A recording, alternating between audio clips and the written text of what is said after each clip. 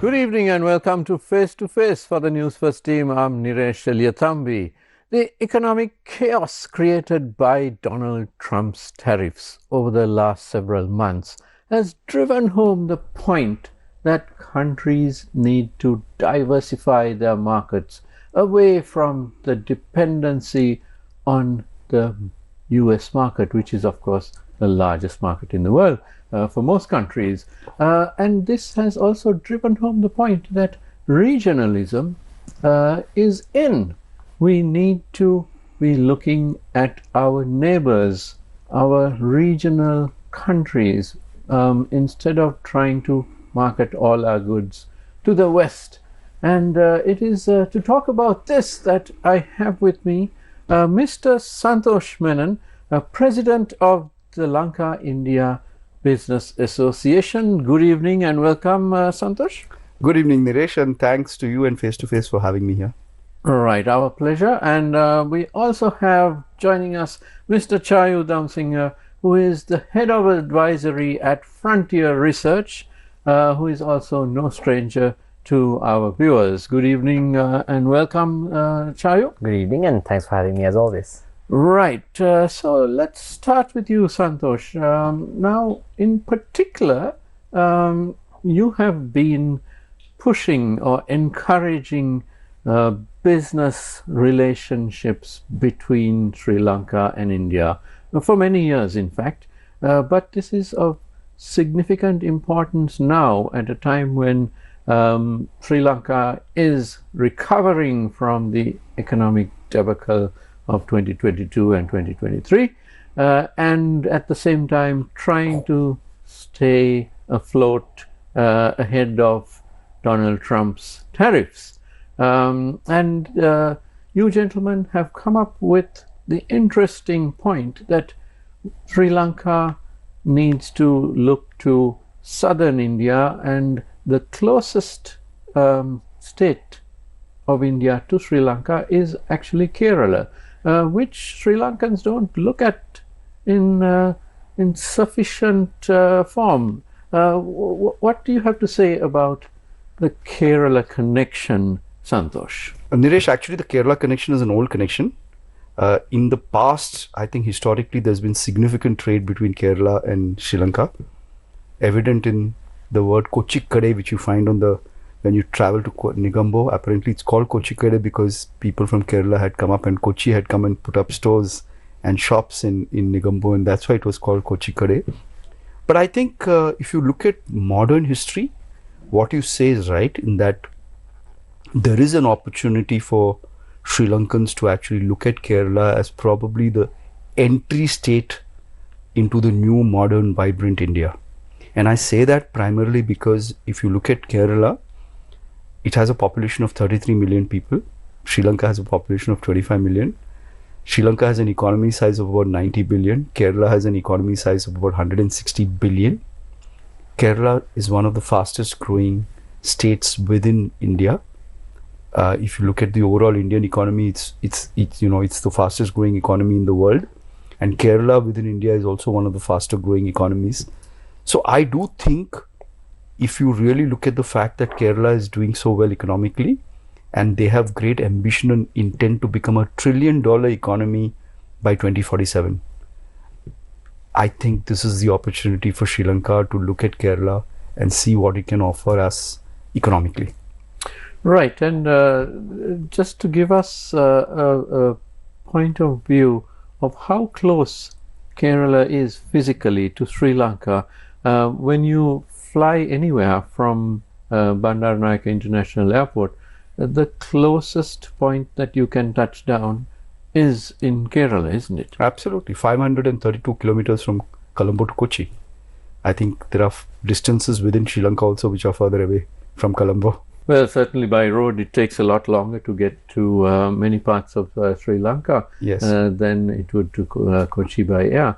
But the connectivity is also there, isn't it? There are, I think, daily flights or several times a day, both by Sri Lankan Airlines and by various Indian airlines. No, absolutely. It's one of those places where, as soon as you take off and reach cruising distance, cruising heights, the pilot says, cabin crew, get ready for landing. So I mean, it's as fast as that. I mean, there's hardly time to have a sandwich. Even. Exactly. Right. Now, Chayu, let me bring you in.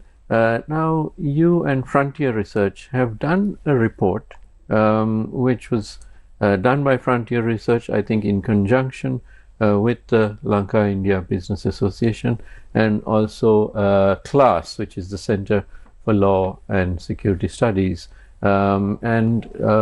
This report has highlighted many important aspects of the opportunities between Kerala and Sri Lanka. Could you tell us a little bit about this? I'll start off with that. I mean, Frontier has been doing work on the South Asian region outside of Sri Lanka alongside our work on Southeast Asia for, I think, close and over a decade right now. So when Santosh and Nilan from CLAS approached us saying that they have this project on the Kerala economy, is there a way that you all can support us on that? And I think we were very happy to be kind of an independent knowledge provider there, because our expertise on the Indian economy and what we know about the Indian economy really translates therein for us to do some sort of a deep dive into the Kerala economy. And that's what we try to really do there. Look at the Kerala economy from a macroeconomic standpoint and look at it as something like an introduction into the Kerala economy for someone who doesn't really engage with the Kerala economy outside of that, for someone as a reader.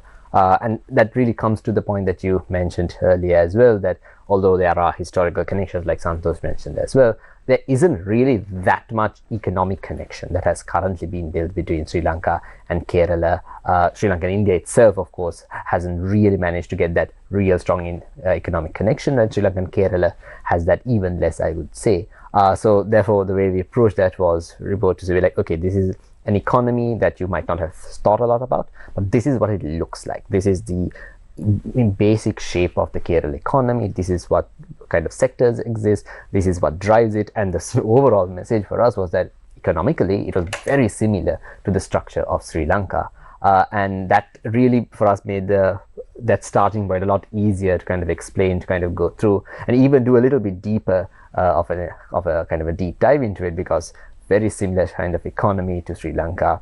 It has historically run on the same kind of deficit-driven consumption model that Sri Lanka's economy is used to. It's a country very similar to Sri Lanka in that doesn't have that many exports, has a decent amount of exports, has tourism and remittances to balance it off. You have some amount of debt. You have dealt with it through one form or other of financing that has helped you at some point. For Sri Lanka, of course, it didn't at some point later. That's a lot more to do with the specifics of the Sri Lankan situation. But that just really gives a sense to how similar the economies is between Kerala and Sri Lanka, and that's really the kind of introductory starting point that we wanted to provide when Santosh and Nilan explained. Right. I'm going to ask you more specific questions on your report on Kerala, but first let me come back to Santosh. Santosh, how fast is the Kerala economy growing? We hear about the Indian economy overall growing at something like 7%. And we hear of Tamil Nadu growing at around nearly 10%. We don't hear about Kerala. How fast is it growing? Yeah. And is it faster than the rest of India? Yes. So actually, all of the 5 southern states in India are growing at a pace faster than the rest of India. If you take Karnataka, so Telangana, right next door to Sri Lanka. Exactly. And I mean, so when we at LIBA started to look at the Indian opportunity, we figured out that the 5 southern states, which are the closest to Sri Lanka, have a combined population of 350 million people and an economic size which will probably be around 1.5 trillion US dollars. So you're talking about Kerala, Karnataka, Andhra Pradesh, Telangana and Tamil Nadu. Right. All of these 5 states are in the immediate neighborhood and have significant opportunities.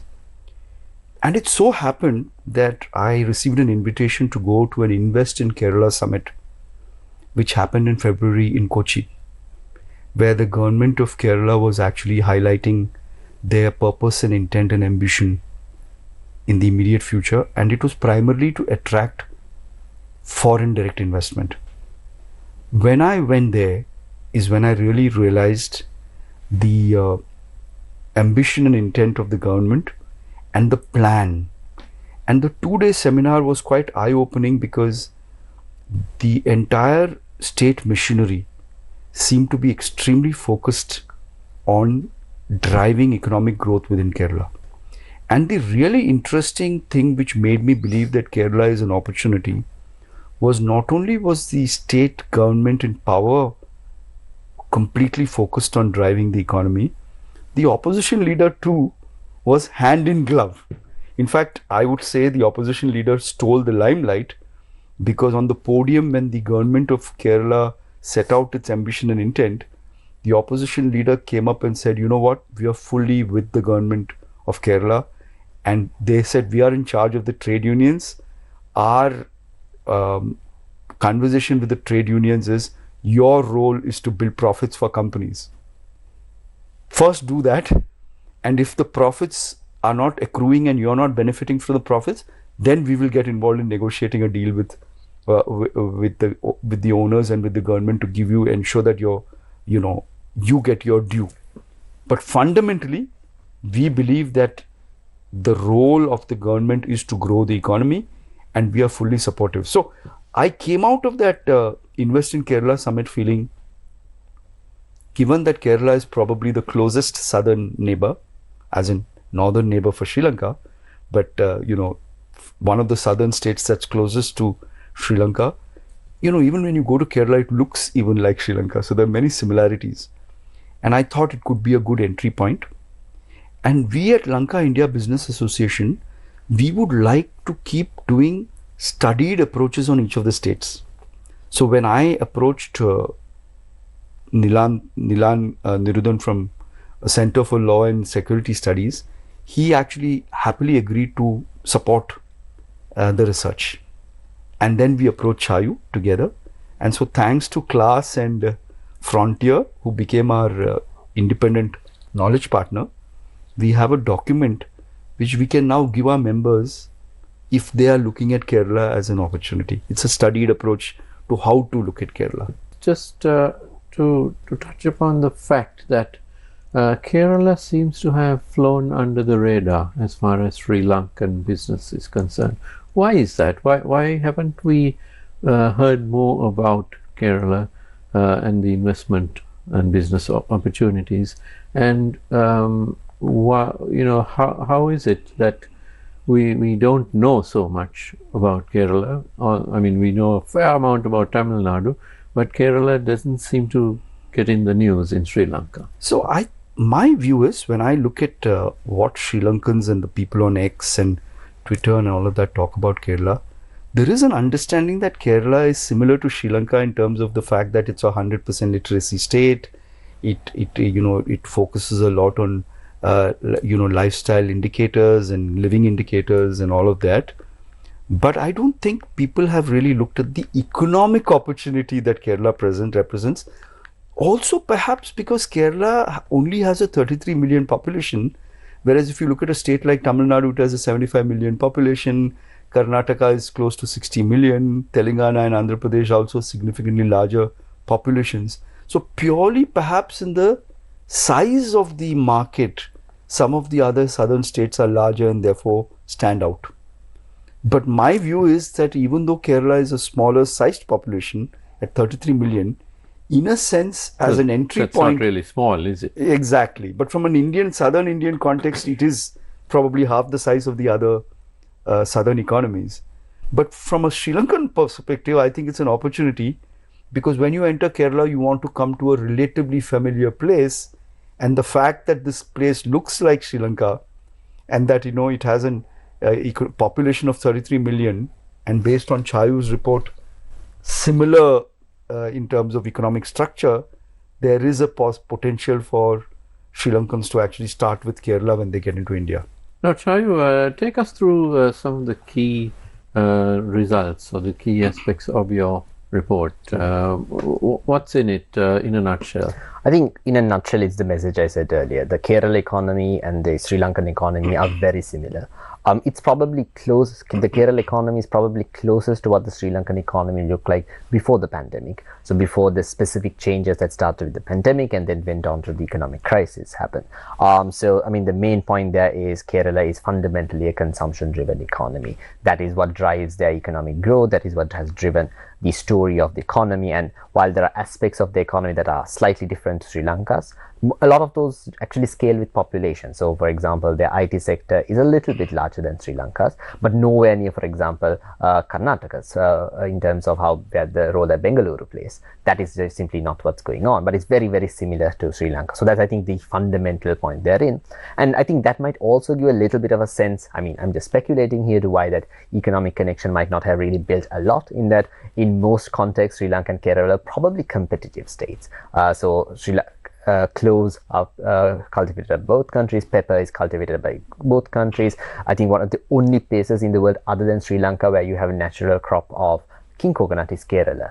So you have a lot of, I guess, from the agricultural side, I guess, very similar products. So you always have those kind of trade questions that come up there. But there are places where there is actual connection, and I think the best place there is in the logistics sector between Kerala and Sri Lanka. I think for most of the ports in Kerala right now, most of their traffic is engaging with the Colombo port. If I'm not mistaken, for the port of Cochin, something about 90% of their traffic is working with the Colombo port, and that's more to do with the role that Colombo port has played there. So there are some places where that connection exists, but again, you're talking about in the context of being very similar to Sri Lanka once again, right? We have the port as a big part of our story, but economically it's not the primary driver, or hasn't been the primary driver in the Sri Lankan growth story necessarily. Again, infrastructure has played a big part in the Kerala growth story, remittances coming in from the Gulf, increasingly then from East Asia and Europe have now supported the Kerala story more, very similar to Sri Lanka. I think the two key differences to Sri Lanka is one, that the Kerala economy is a lot flatter, that is in terms of the inequality side of things. So the difference between an urban Keralite and a rural Keralite is not very significant.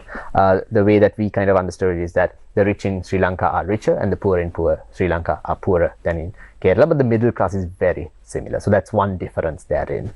The other is that in terms of some of the costs of having a consumption-based economic story, we are very well know the cost of that, having gone through the crisis in 2022. But Kerala has a benefit in that it functions as a state of a larger country. And that means it has access to opportunities and options that we necessarily do not. So the costs of those are somewhat different. And the way it engages on things like budget deficits, things like external deficits is different to Sri Lanka.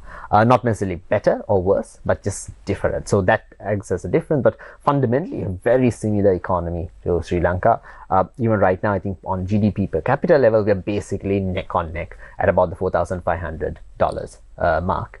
Inflation levels are roughly again doing the same kind of relative purchasing power. It's a very, very similar economy to Sri Lanka is the overall, and even when you dive into each of those points, it just underscores how in every one of those points it's a very similar economy. Chayu, tell us a little bit more about the report and what sectors you're focusing on in particular.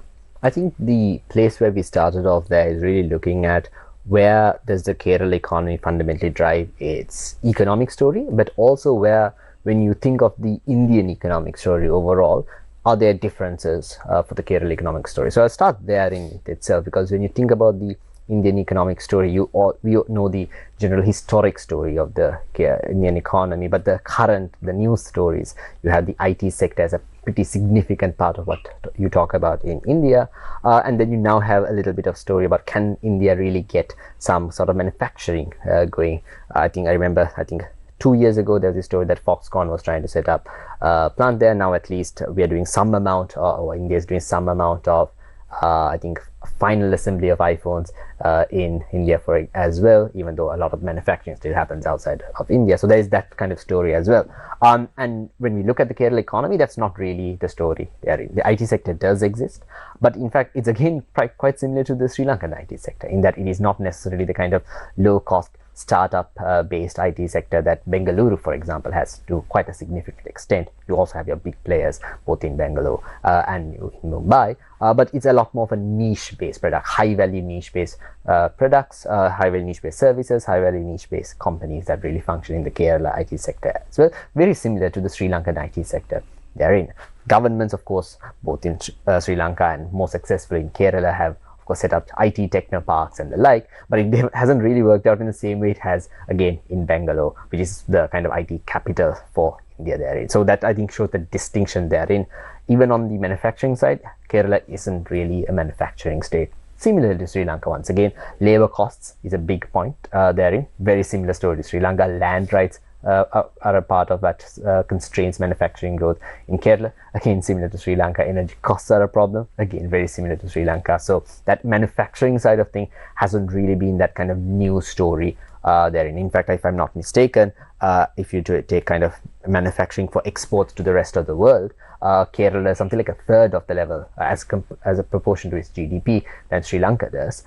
In that context, we are a little bit more, little bit better positioned. Where Kerala does very well is essentially in anywhere where its consumer base can come into play.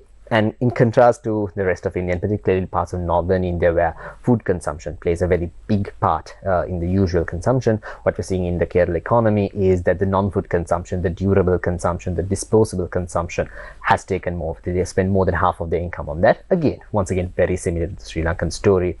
In fact, the Kerala economy and the Sri Lankan economy have essentially been moving step in step for the last 30-40 years or so. Sri Lanka's economy is slightly ahead of that, about a few $100 per capita ahead of the Kerala economy, but essentially moving step in step until the pandemic, when Sri Lanka took a hit, and then with the crisis is further hit. But once again, we come back up to now being once again step in step moving in that lockstep with the Kerala economy. So the consumption side of the Kerala economy, where it gets into the durable consumption side of things, really someplace that has driven the economic growth therein. And then it also ties into where, for example, the construction sector plays a role in the Kerala economy. Again, similar to Sri Lanka, and I'm using that refrain quite a lot because that's really the story therein. For example, money flowing in from remittances has really helped housing markets in Kerala, both in urban and rural context. Again, similar to how that has helped in Sri Lanka's context across the country. Remittance markets have helped consumption, have helped construction, have funded even just regular housing for individual households.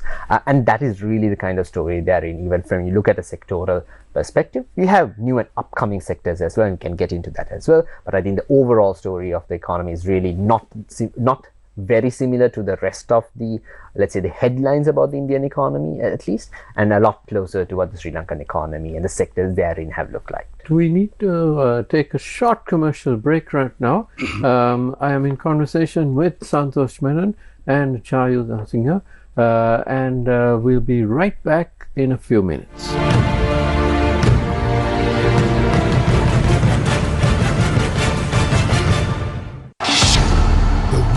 Is over. 8 nations, 1 dream. The battle begins. Asia's biggest cricket clash returns. Asia Cup 2025 starts September 9th. Feel the roar. Catch all.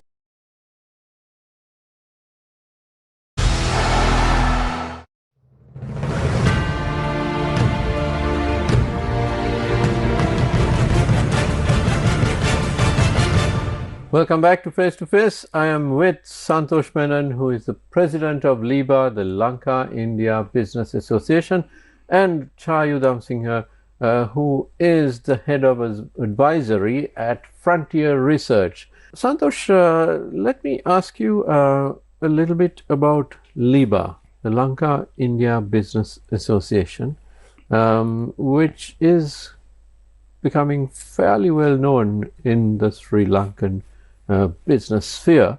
But tell us a little bit about how LIBA can help to generate closer ties and closer business ties between the two countries. And how does a Sri Lankan businessman contact you, for example? So actually it's very simple. We have a liba.lk website. You come on to the liba.lk website and put in a message, and we will get back to you fairly promptly. So that's a very direct, one line, clear communication on how to connect with us. It is liba.lk, www.liba.lk. Very simple. It's very simple, very clear. Come there, contact us, we'll connect with you. But why are we doing what we are doing? primarily because India is a huge opportunity. And very often when I ask my Sri Lankan business friends, why have you not considered India? They would tell me 4 reasons. One is they'd say, we don't know where to start. It's too huge a country. You guys, Indians, are too competitive. We don't know whether we can succeed in India. Third thing, it's a black box. The whole thing seems too daunting for us to even consider. And the fourth thing is, some of our Sri Lankan companies have had bad experiences doing business in India. So what we are doing with LIBA is to address these 4 big concerns. I have an advisory team who sits in Mumbai. If you become a LIBA member, you will have access to the advisory team who, based on your product and service, will tell you which state in India to look at. I mean, I have a point of view on India. India is not one large economy. India is about 36 different large economies. All of them are competing. There is something called competitive federalism. That's what's at play in India. Everyone's competing with everyone else. So you have an opportunity to look at 36 different states based on your product and services to evaluate where is your product and services having the best fit. And then a team that can actually guide you on probably having a business partner who can either take your product from Sri Lanka to India and you can be a franchisee model, or it can be a process where you actually set up something in India but base your fundamental capacities here so that what you're providing is a Sri Lankan product and benefits the Sri Lankan economy as well. That's the broad perspective. We are here as a Sri Lankan association, and I always say this: Lanka India Business Association has Lanka first. It's not ILBA, it is LIBA, and therefore we want to really be a facilitator to taking Sri Lankan businesses into India. What particular sectors are you looking at when it comes to Kerala and Sri Lanka? Is there any advice that you can give based on Chayu's report? Yeah, I'm very encouraged by Chayu's report in the sense that it ratifies the hypothesis I had when I went to Kerala, which is there are many similarities between Sri Lanka and Kerala. I do think that based on the report, it now gives me confidence to say that Sri Lankans will find us kind of like a familiar terrain in terms of size and structure of the economy. I think that's the fundamental thing which Chayu is saying, and I'm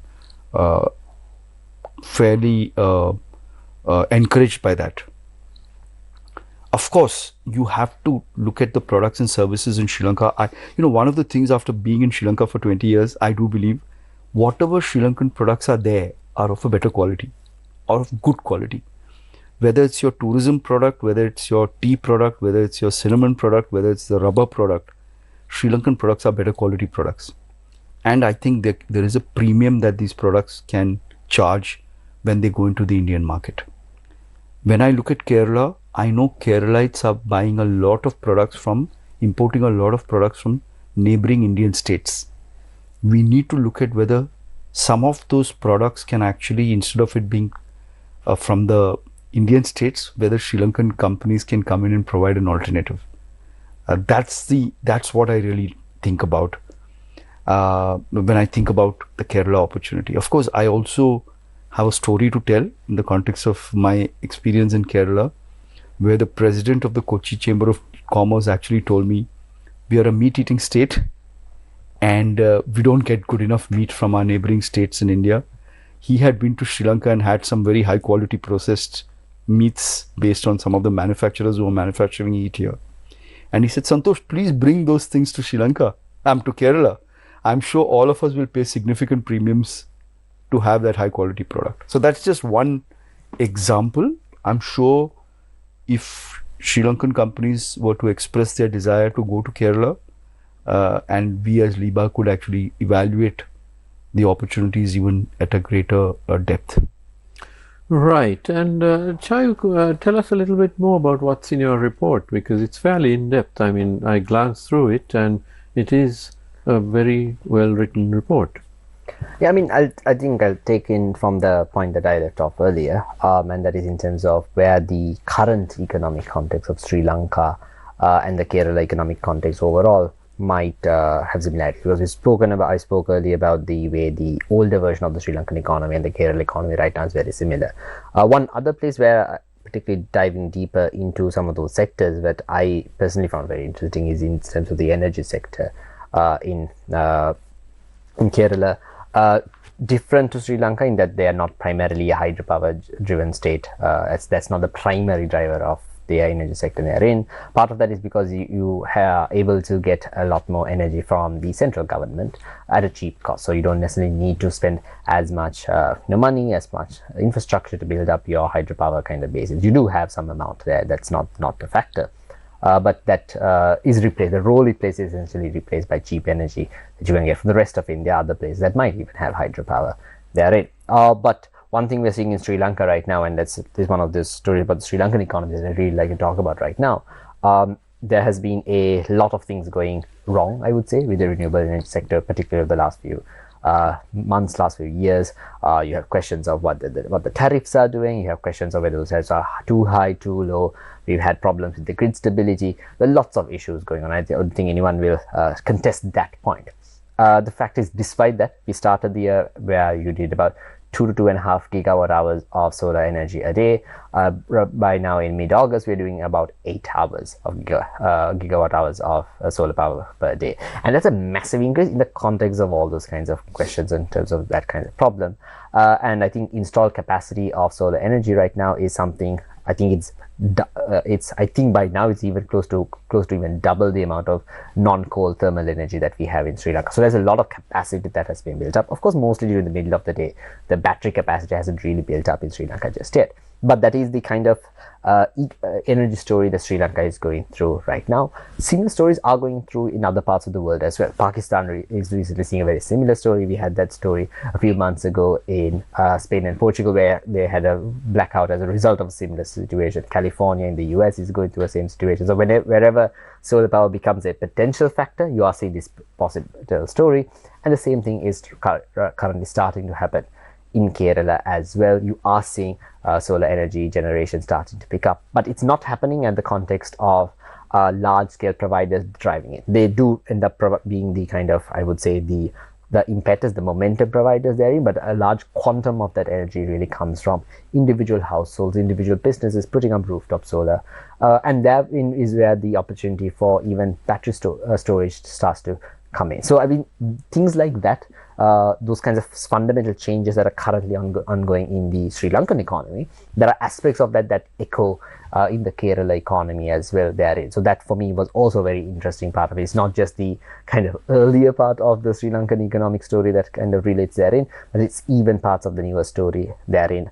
There's of course a lot of, I think the biggest risk factor, the biggest negative factor that constrains any Sri Lanka Kerala economic integration, I think, is the fact that there's a national border between the two economies, and the national border comes with tariff barriers, it comes with non-tariff barriers, regulatory barriers, particularly given the economies are so similar that you can't have, for example, phytochemical barriers with regards to the agricultural sectors of the two countries, and that remains a constraint, and that is the kind of thing that you would require national governments to engage with, and that's not something the Kerala government on their own or the Sri Lankan government on their own would do. I think there's generally a sense that the Sri Lankan and Indian governments are engaging a lot of communication on trade-related contexts. Like you mentioned right at the start, this regionalism is something that's really getting headway across the world, right? ASEAN is getting closer together in Southeast Asia. We are seeing that in the kinds of economies we are tracking there. And even in South Asia, even just the very fact that Santosh just is talking about this right now for us is the kind of story that we see in the region, where individuals, businesses have incentives that make those connections start to happen. And for us, if that is the case, and that is where what our research is pointing towards as well, that is the kind of economic integration that happens. It might not necessarily even be kind of government to government integration. Even in context where government to government integration happens or it doesn't happen, you still can have private sector engagement. There was a story, this is not to do with Kerala specifically, as far as I know at least. There's a story I think sometime in the middle of last year, where some of the Sri Lankan banks had joined a consortium to lend into the Indian banking sector as well. And that's happening, that's kind of financial sector integration that's happening. You're having the Indian stock exchanges coming down and visiting and talking about integration there. So that private sector, financial market integration is the story that's happening. And if these similarities between the Kerala economy and the Sri Lankan economy also tie into that, that is one other place where that happens. Of course, the difference for me there is the fact that the Kerala economy is actually similar to Sri Lanka, not the most financialized economy in India. So perhaps that's not the leading driver there, but that is also a place where it might end up going. What about the tourism product in Kerala? Because some time back, the Sri Lankan tourism product and the Kerala tourism tied up very often in joint promotions. Does that still happen? Are we competing? What's the situation? So interestingly, Kerala has a much smaller foreign tourist market compared to Sri Lanka. They really haven't been able to tap in on that, even compared to Sri Lanka, despite them having quite a lot of marketing and promotion therein, even across varied economies. So I think they do something like 1 million tourists from the rest of the world, but much higher numbers from the rest of India. So therein you actually have what drives Kerala's tourism economy, which is a lot more Indian tourists coming in. And that also ties to the point that Santosh mentioned at the start as well. I think the idea that Kerala might not necessarily, India, you might not be able to consider it. I think not in this program, earlier you mentioned this, the idea that the Indian economy might not be something you consider as one economy, but as multiple different economies therein. So I think that kind of story really comes in the tourism sector therein. Again, I think the Sri Lankan tourism sector, the administration side of things, there's been a lot of conversation. I think there have been plenty of people speaking about what you need to do for Sri Lankan tourism. We haven't really had a really good time since 2019 in terms of the requirements, the promotional material. That's been, I think, a pretty continuous refrain therein from this sector. So I don't personally see much of that kind of joint negotiations necessarily, or joint promotions necessarily happening right now. But what's interesting to me is the fact that Sri Lanka right now, Sri Lanka's largest tourism source market is India. Kerala's largest source market is also India, the rest of India. So does that mean that is there some sort of synergy there possible? I'm not sure necessarily if that synergy is something that again comes from that kind of government to government, or even tourism agency to tourism agency collaboration. But at the point where both economies are seeing an increase in tourism, both economies are seeing an increase in tourism from the rest of India, that is the kind of context where some of those synergies might end up happening. And that for me is, even for the Sri Lankan economic story, a pretty interesting story. If the Kerala economy and the tourism product there, and the Sri Lankan economy and the tourism product here start to look similar enough, are there kind of bleed throughs from the two economies and the two tourism sectors that might help each other? It's a possibility. Right now, again, that national border and the kind of coordination problems, I think, do kind of constrain some of that. But again, that natural or kind of organic bleed through is something that can very much happen. Your thoughts on this, Santosh? Tourism, because Kerala, as we mentioned at the beginning, is just a hop, step and a jump away from Sri Lanka. So if, say, a family from North India were vacationing in Kerala, they could also, spend a few days there and then hop across to Sri Lanka for, perhaps go up to Nuwara or whatever for a few days. Is there some kind of possibility there, the synergies? It's an interesting thought. To be honest, I hadn't thought about it like that, because fundamentally I think if you really look at it from a physicality perspective, Kerala and Sri Lanka are in that sense very similar. I mean, I would wager to say that a place like Nuwara is very similar to a place like Munnar in Kerala. And a place like, many places in the southern coast are very similar to some of the places in the southern coast in Kerala.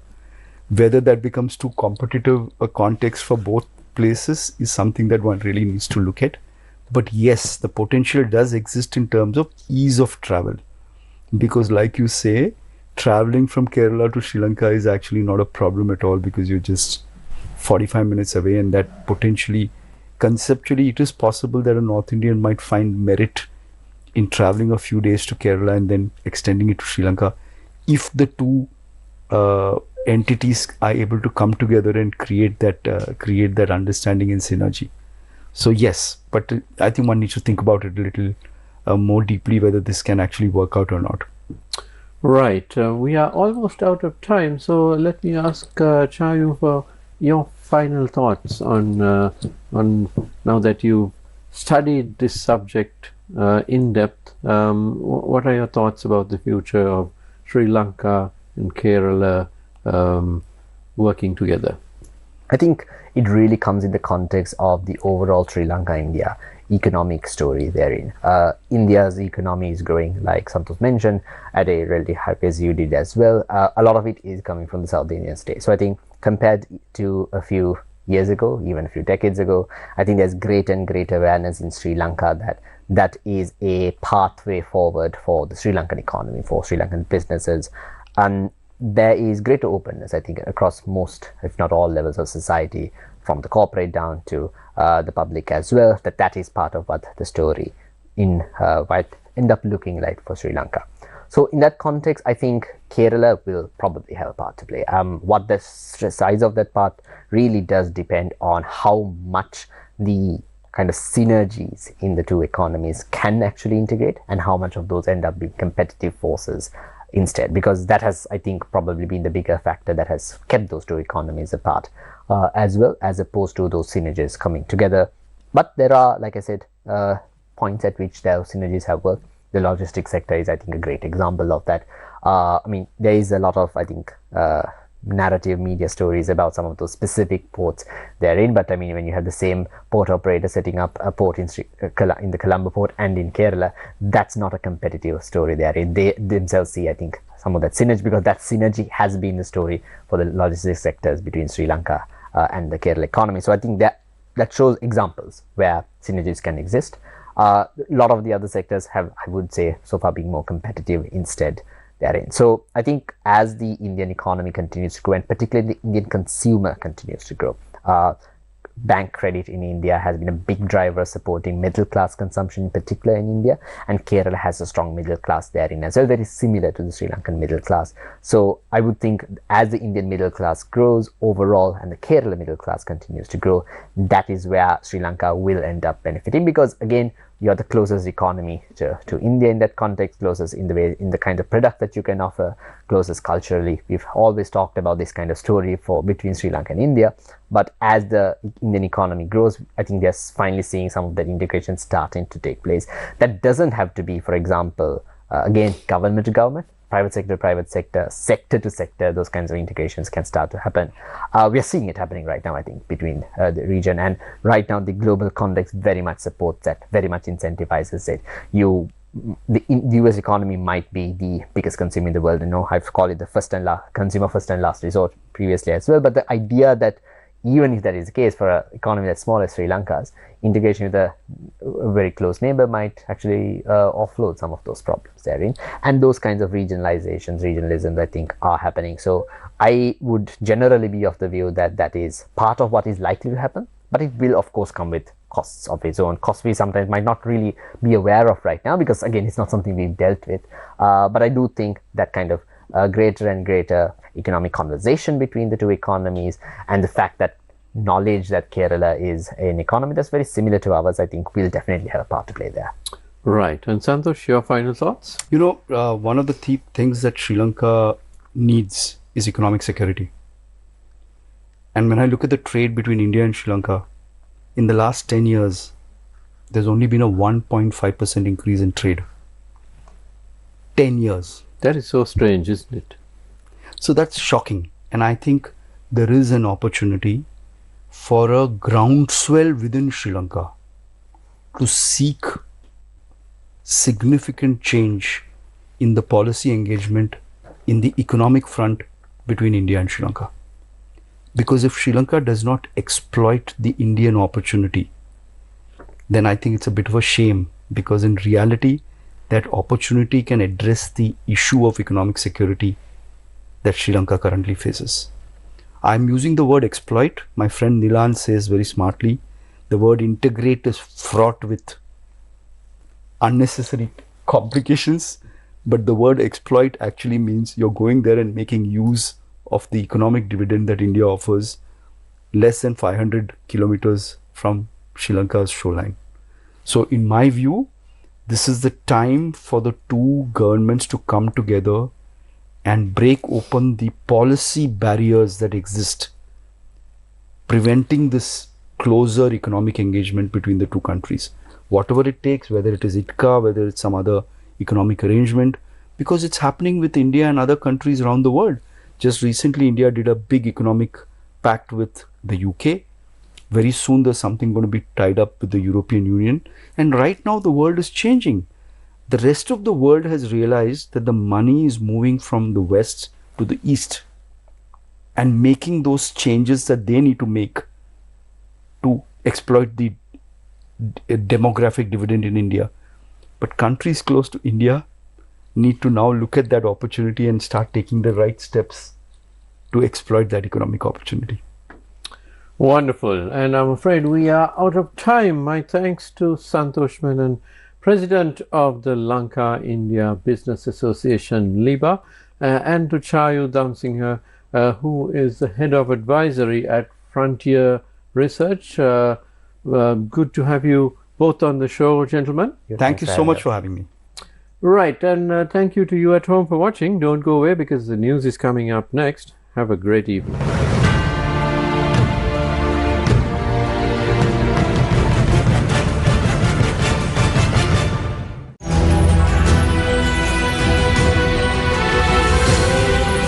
TV1.